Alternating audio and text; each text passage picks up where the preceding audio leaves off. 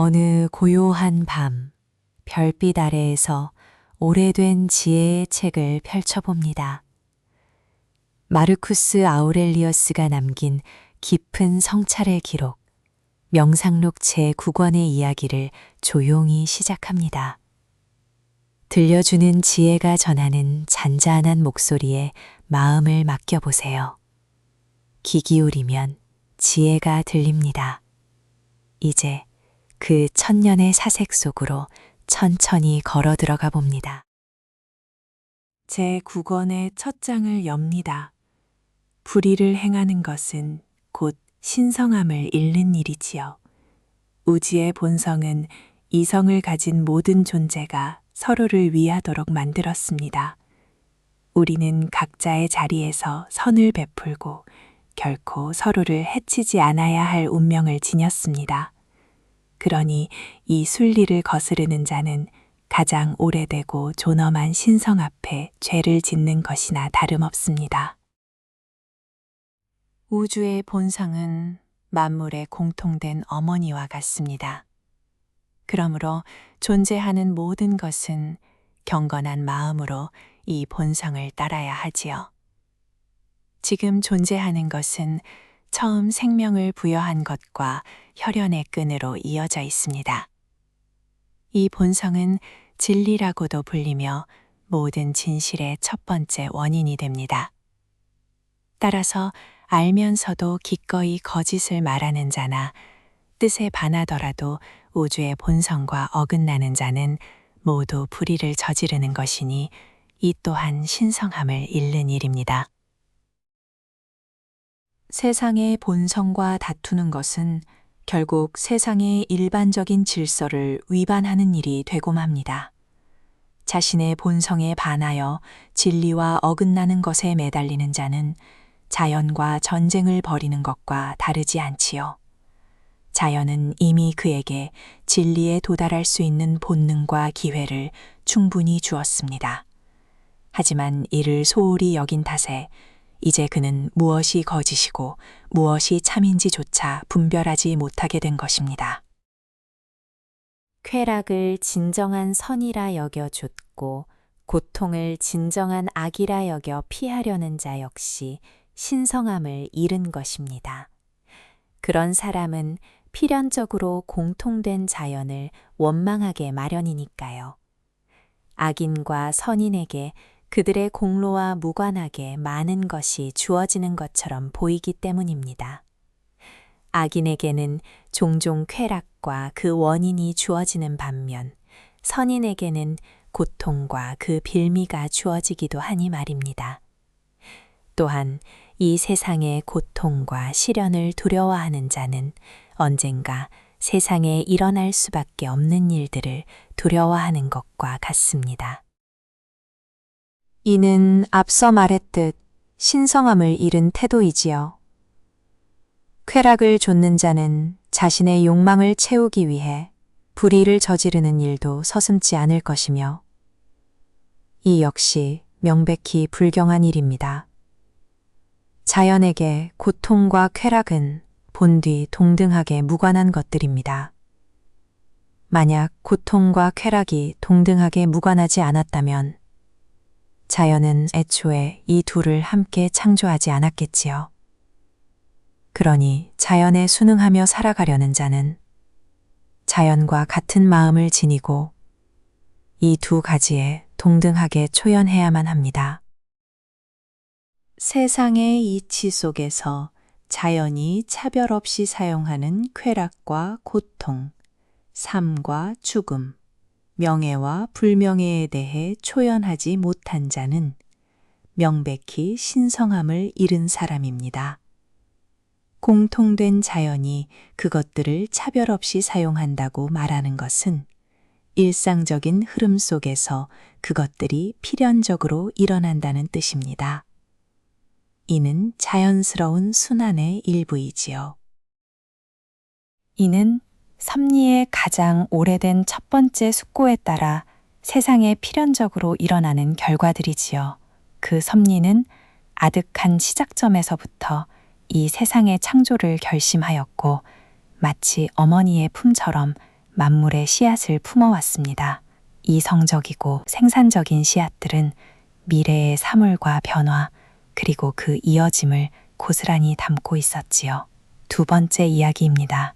한 평생을 거짓 없이 깨끗하게 살다가 떠나는 것이야말로 참으로 행복한 일일 것입니다. 위선과 방탕함, 교만으로부터 자유롭게 살지 못했다 하더라도 그런 악덕들에 지쳐 기꺼이 세상을 떠나는 편이 그 속에서 계속 살기를 바라는 것보다 낫겠지요. 경험을 통해 전염병을 피하는 법을 배우지 않으셨나요? 마음이 타락하는 것은 우리가 마시는 공기가 병드는 것보다 훨씬 더 끔찍한 전염병입니다. 공기의 병은 그저 육심에 미치지만 마음의 병은 영혼을 무너뜨리기 때문입니다. 세 번째 이야기입니다. 죽음 앞에서 결코 오만하게 굴어서는 안 됩니다. 오히려 자연이 정해둔 일 중 하나로 여기며 기꺼이 받아들여야 하지요. 소년이 청년이 되고 이가 나고 수염이 자라며 희끗희끗 늙어가고 무르익는 과정을 생각해 보세요. 생명을 잉태하고 낳는 일처럼 인생의 여러 계절에 따라 일어나는 자연스러운 일들처럼 우리의 존재가 흩어지는 죽음 또한 그저 자연의 한 과정일 뿐입니다. 그러므로 죽음 앞에서도 지혜로운 사람의 태도를 잃지 마세요. 거칠거나 교만하게 대하지 말고 자연의 순리 중 하나로 여겨 차분히 기다려야 합니다. 아내의 태중에 있는 생명이 세상 밖으로 나오기를 기다리는 마음처럼 당신의 영혼이 이 육신이라는 껍데기에서 벗어날 때를 조용히 기다리세요. 마치 뱃속의 아이처럼 웅크리고 있던 영혼이 마침내 자유로워지는 순간을 말입니다. 혹시 죽음에 대한 두려움을 떨쳐낼 더 깊이 있는 처방을 원하시는지요? 당신이 이별하게 될 대상이 무엇인지, 그리고 더 이상 겪지 않아도 될 사람들의 성정이 어떠한지 깊이 생각해 보는 것만큼 좋은 방법이 없습니다. 물론 그들에게 분노해서는 안 되며 오히려 그들을 돌보고 온화하게 품어주어야 합니다. 세상을 떠날 때 당신과 같은 뜻을 품었던 이들과 헤어지는 것은 아니라는 사실을 기억해 두면 좋겠습니다. 만약 당신과 같은 믿음을 가진 사람들과 함께 살아갈 수 있었다면 그것이야말로 이 세상에 머물고 싶게 만드는 유일한 이유였을 테니까요. 하지만 뜻이 다른 사람들과 부대끼며 살아가는 것이 얼마나 고단한 일인지 당신도 이미 알고 있지요. 그러니 때로는 죽음이여 어서 오라. 나조차도 나 자신을 잊기 전에 라고 조용히 읊조리게 되는 것입니다. 네 번째 이야기. 죄를 짓는 자는 결국 자신에게 죄를 짓는 것입니다. 불의를 행하는 자는 스스로를 이전보다 더 나쁜 사람으로 만들므로써 자신을 해치고 맙니다. 어떤 일을 저지르는 것뿐만 아니라 마땅히 해야 할 일을 하지 않는 것 역시 종종 불의가 되지요. 다섯 번째, 지금 나의 이해가 올바르고 나의 행동이 자애로우며 신으로부터 비롯된 모든 것에 기꺼이 순응하는 마음가짐이라면 그것으로 충분합니다.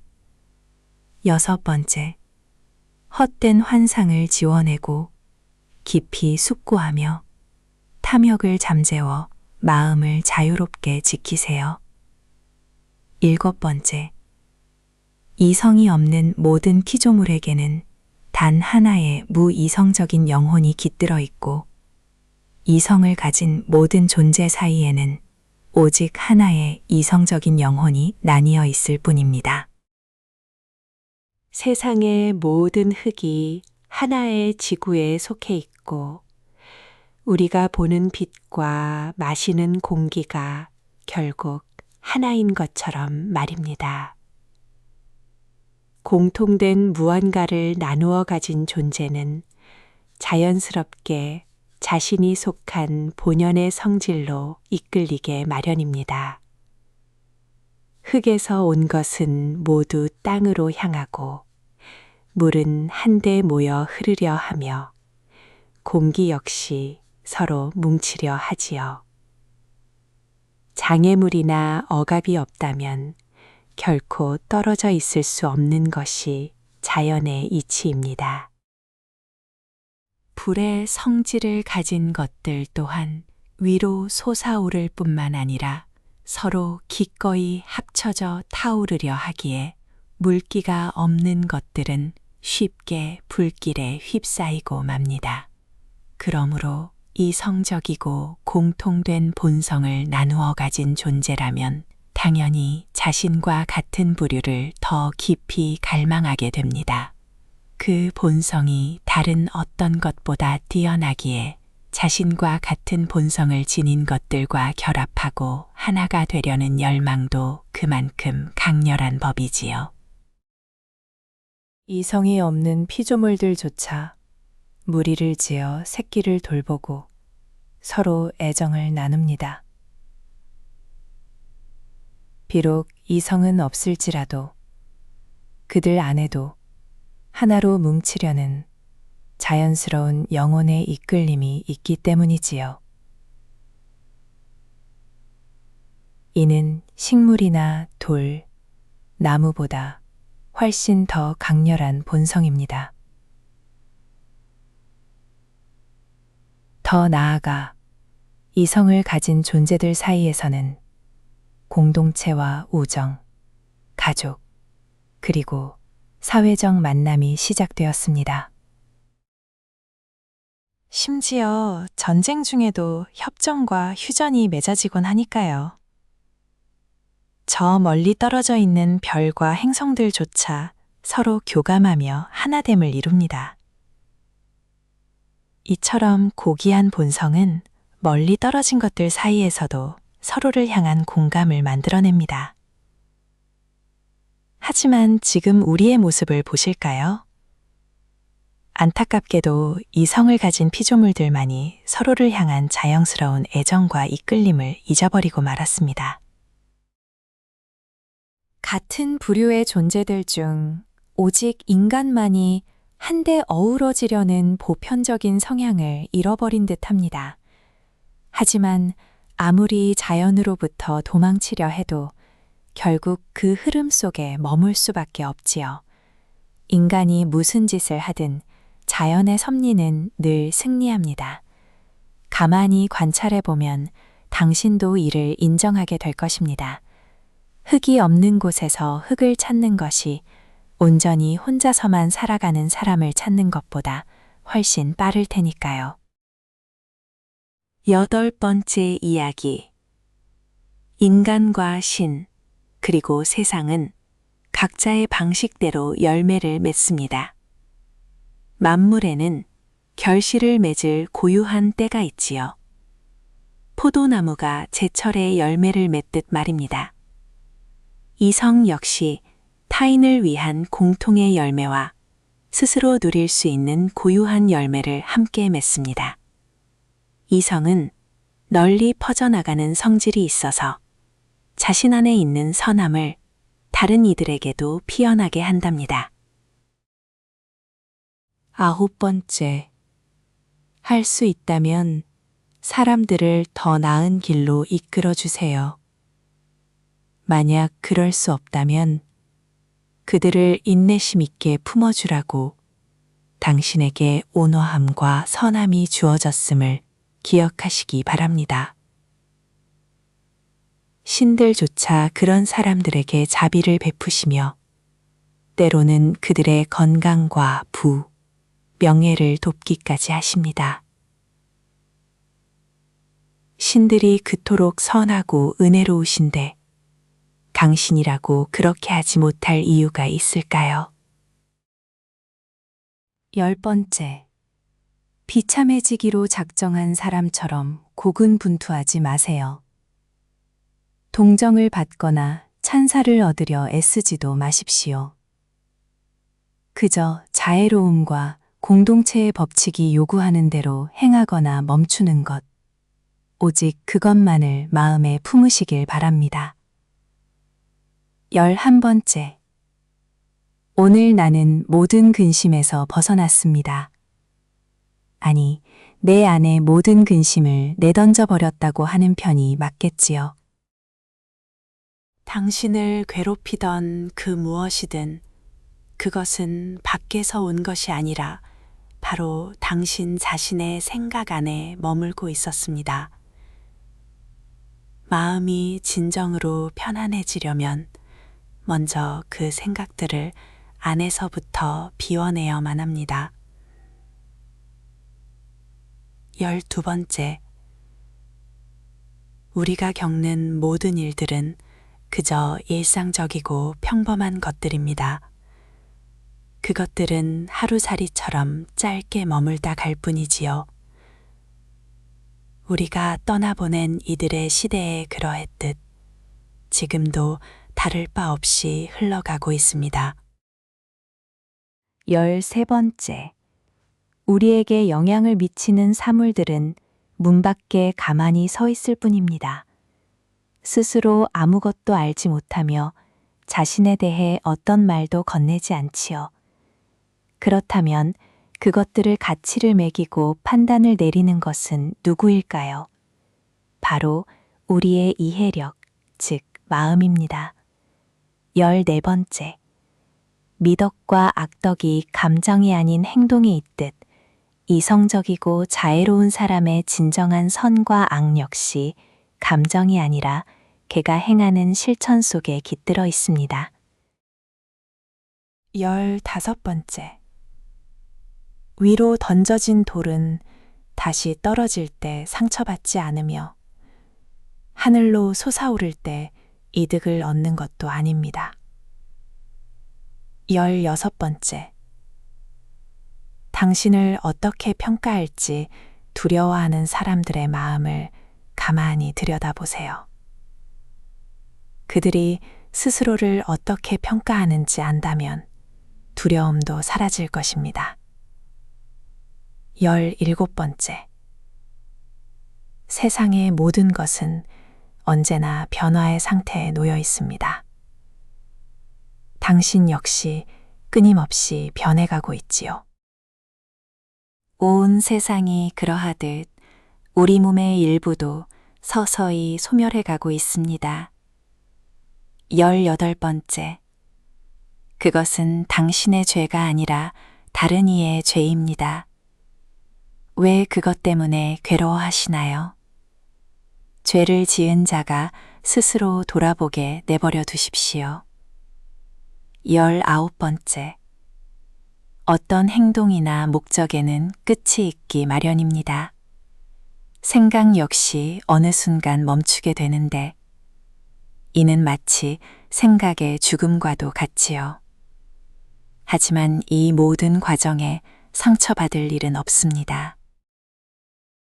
이것을 사람의 나이에 비유해 볼까요? 아이에서 소년으로, 청년에서 노인으로 변해가는 모든 과정은 일종의 죽음과도 같습니다. 하지만 그 속에서 슬퍼할 이유는 전혀 없지요. 조부모님의 품에서, 어머니의 품에서, 그리고 아버지의 품에서 보냈던 지난 삶을 돌아보세요. 지금까지 당신의 삶 전체를 관통하며 수많은 변화와 끝맺음을 지켜보았을 것입니다. 스스로에게 가만히 물어보세요. 이 모든 변화 속에서 진정으로 슬퍼할 만한 일이 있었나요? 그 끝맺음이 당신에게 어떤 고통을 주었나요? 만약 그렇지 않았다면 당신 삶의 마지막 순간이자 완성인 죽음 역시 그저 하나의 멈춤이자 변화일 뿐입니다. 20번째. 상황이 요구할 때마다 당신 자신의 이성, 우주의 이 성, 혹은 당신과 마주한 이의 이 성으로 재빨리 피난처를 삼으세요. 당신 자신의 마음은 불의를 저지르지 않도록 결심하게 할 것이며 우주의 마음은 당신이 그 큰 조화의 일부임을 기억하게 할 것입니다. 타인의 마음은 그가 무지한지 지혜로운지 헤아리게 하고 그 역시 당신의 형제임을 깨닫게 해주겠지요. 21번째, 당신이 공동체의 일원으로서 세상을 온전하게 만들도록 태어난 것처럼 당신의 모든 행동 역시 이 사회를 이롭게 하는 데 쓰여야 합니다. 직접적이든 간접적이든 공동의 선에 기여하지 않는 행동은 궤도를 벗어난 것이며 사람들의 화합을 깨트리는 일이 되고 맙니다. 22번째, 아이들의 분노는 그저 소란스러울 뿐입니다. 무너져 내리는 육신을 조금이라도 더 지탱하려는 가여운 영혼들의 모습은 마치 오래된 만가에서 부르는 구슬픈 노래와도 같지요. 23번째, 어떤 결과가 비롯된 그 원인의 본질로 다가가 보세요. 물질적인 껍데기를 모두 벗겨내고 그것의 순수한 알맹이만을 가만히 들여다보십시오. 그리고 그 원인이 시간 속에서 얼마나 오래 머물 수 있는지 헤아려 보세요. 24번째, 당신이 그토록 많은 괴로움과 불행을 겪어야 했던 이유는 단 하나입니다. 당신의 마음이 자연의 이치대로 움직이는 것만으로는 충분한 행복을 느끼지 못했기 때문입니다.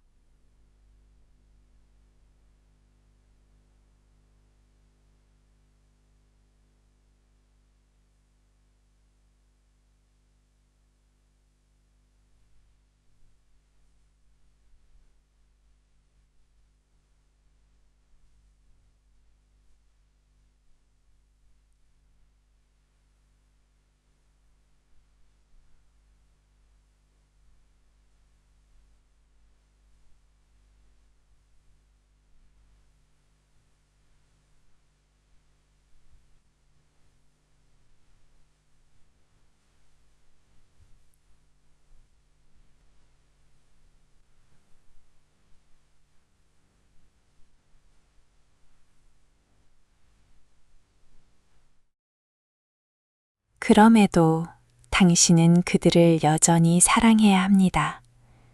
본성적으로 그들은 당신의 친구이기 때문이지요. 신들조차 꿈이나 신탁을 통해 그들을 기꺼이 돕고 보살피신답니다. 26번째, 세상의 평범한 일들은 시대를 넘어 오르내리지만 결국 늘 같은 모습으로 반복됩니다. 우주의 마음은 모든 일이 일어나기 전에 그 의미를 스스로 묻고 숙고합니다. 그러니 이토록 훌륭한 섭리의 결정 앞에 겸허히 고개를 숙이십시오. 세상에 일어나는 모든 일은 필연적인 결과이며 만물은 결코 떨어질 수 없는 하나로 이어져 있습니다.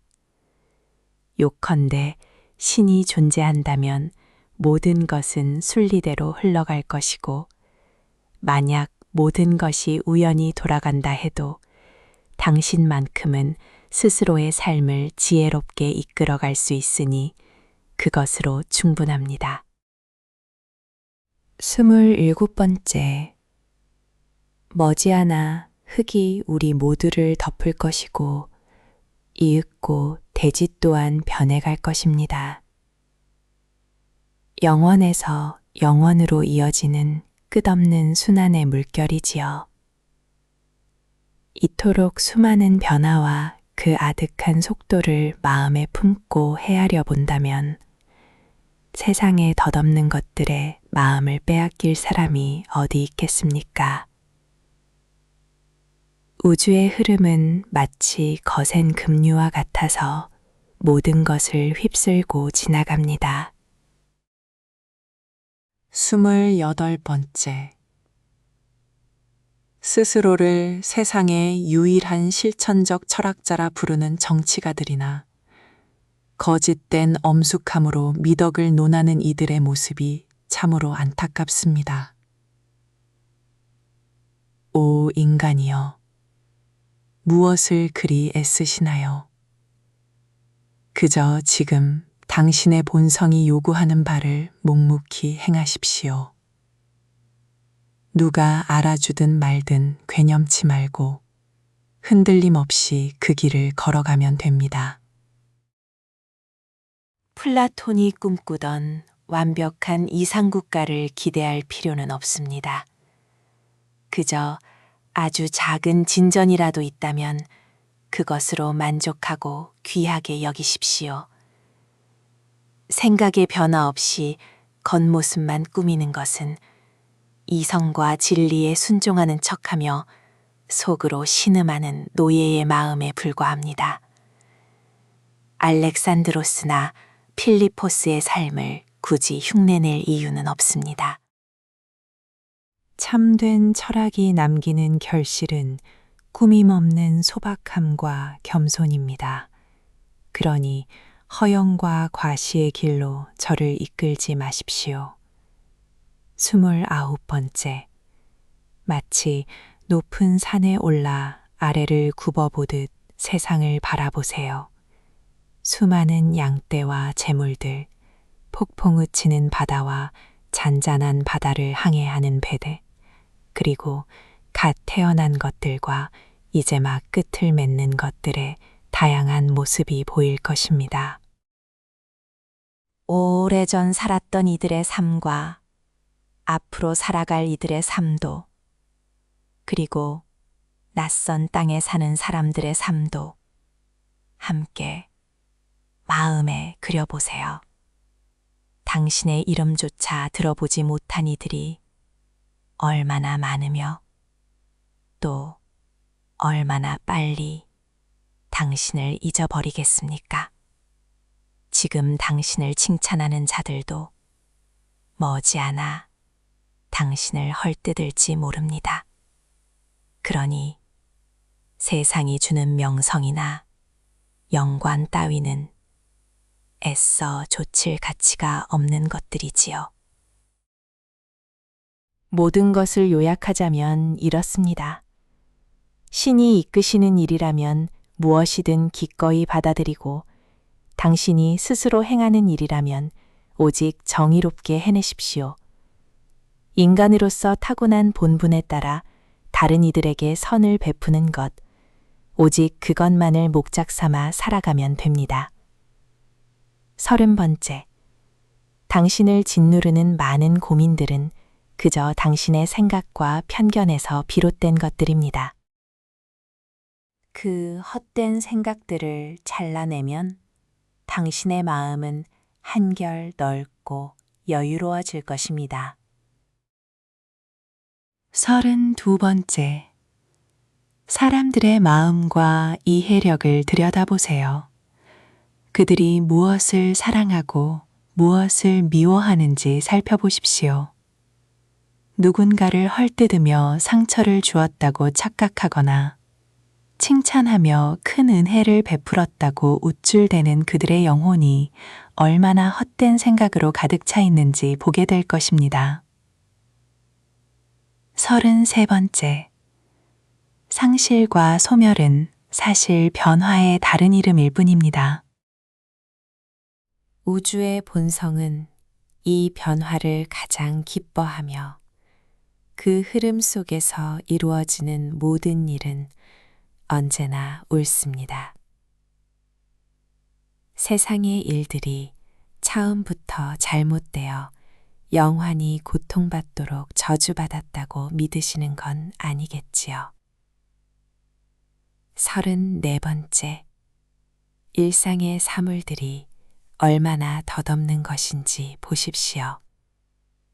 우리가 귀하게 여기는 금과 은도 그저 땅의 찌꺼기일 뿐이며 화려한 대리석도 땅의 씨앗에 불과합니다.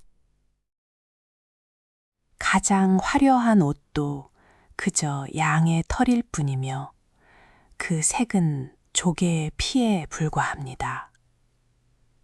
당신의 삶 또한 피가 뿜어내는 숨결과 같아서 언젠가는 다른 평범한 것으로 변해갈 것입니다. 35번째. 언제쯤 이 투덜거림과 불평을 멈추시려나요? 도대체 무엇이 당신을 괴롭히고 있습니까? 세상에 새삼스레 놀랄 만한 일이 있던가요? 원인이든 물질이든 가만히 들여다보세요. 그 어느 것도 당신의 영혼을 흔들 만큼 대단하지 않습니다. 이제는 신들을 향한 당신의 의무를 더 선하고 순수한 마음으로 다할 때입니다. 36번째.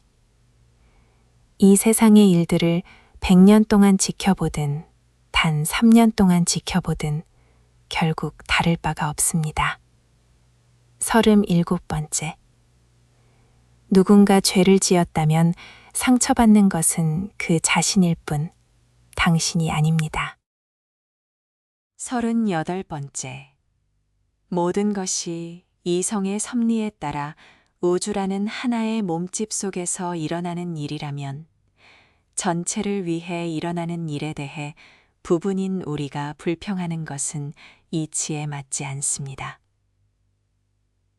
반대로 모든 것이 우연히 흩어지는 원자들의 모임일 뿐이라 해도 무엇 때문에 스스로를 괴롭히시나요? 39번째. 당신의 이성에게 너는 죽었고 썩어 문드러졌다고 말하겠습니까? 이성이 마치 소나 양처럼 풀을 뜯어먹고 육신과 함께 소멸하는 존재이던가요? 40번째. 신들이 우리를 위해 아무것도 할 수 없거나 혹은 우리 마음의 혼란을 가라앉혀 주실 수 있거나 둘 중 하나일 것입니다. 만약 신들이 무언가를 들어주실 수 있다면 세속적인 것들을 얻거나 피하게 해달라고 기도할 것이 아니라 그런 것들에 흔들리지 않는 평온함을 달라고 기도하는 편이 낫지 않을까요?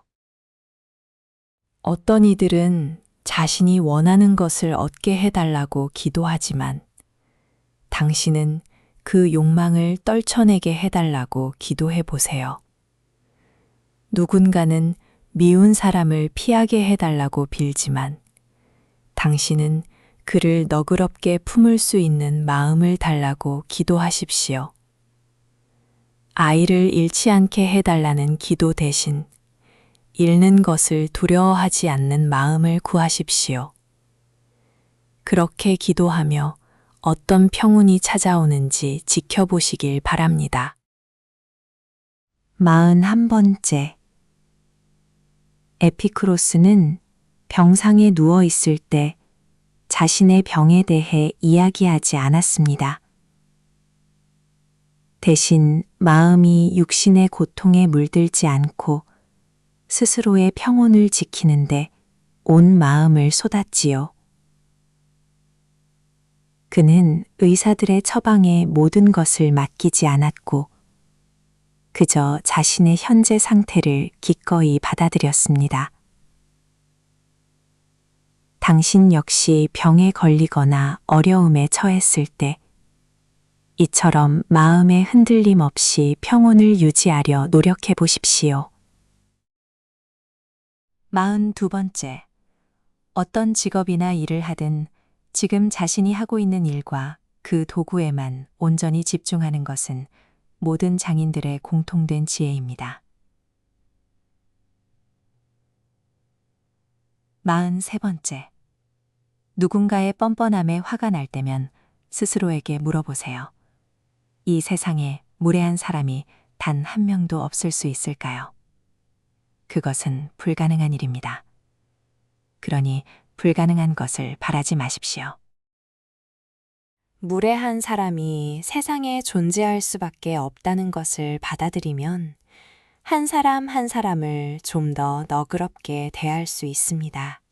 무례함과 배은망덕함을 마주할 때마다 자연이 우리에게 어떤 미덕을 해독제로 주었는지 떠올려 보세요.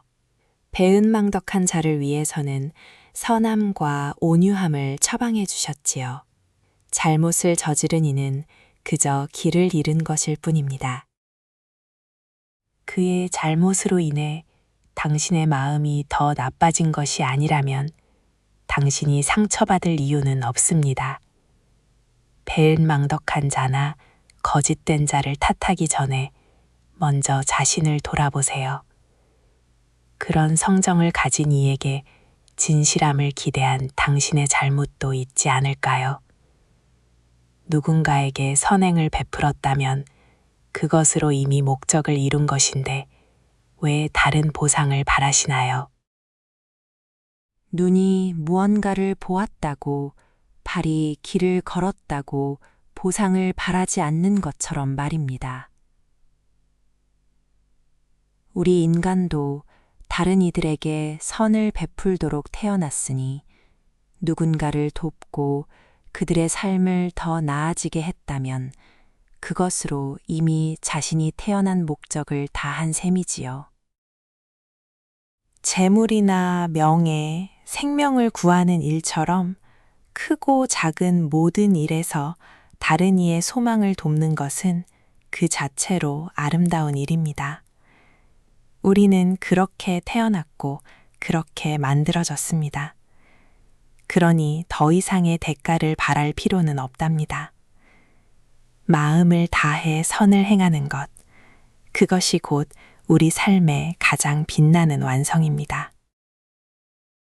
우리의 육신은 병들고 쇠약해질지언정 영혼만큼은 그 어떤 고통 속에서도 고요함을 유지할 수 있습니다. 외부의 소란과 사람들의 어리석은 말에 귀 기울이지 마십시오.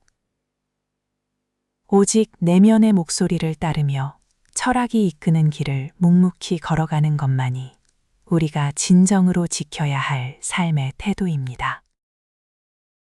살아가며 마주하는 수많은 무례함과 어리석음 앞에서도 당신의 마음은 흔들림 없이 고요해야 합니다. 그들 역시 우주의 커다란 그림 속에서 각자의 역할을 다 하고 있을 뿐이니까요. 분노 대신 연민을, 미움 대신 이해를 선택할 때 비로소 우리는 진정한 자유를 얻게 됩니다. 타인의 허물을 탓하기 전에 늘 자신을 먼저 돌아보는 지혜가 필요합니다. 나 자신 역시 완벽하지 않음을 인정할 때 타인을 향한 기대도 부드럽게 내려놓을 수 있지요. 세상의 모든 일은 그저 자연의 순리대로 흘러가고 있음을 기억하며 매 순간 주어진 삶을 겸허히 안아주시길 바랍니다. 우리가 세상에 태어난 이유는 서로를 돕고 사랑하기 위함입니다. 누군가에게 대가 없이 선을 베풀었을 때 마음 깊은 곳에서 차오르는 따뜻함. 그것이 바로 자연이 우리에게 허락한 가장 큰 보상일 것입니다. 그 기쁨만으로도 우리의 삶은 충분히 아름답고 가치 있습니다.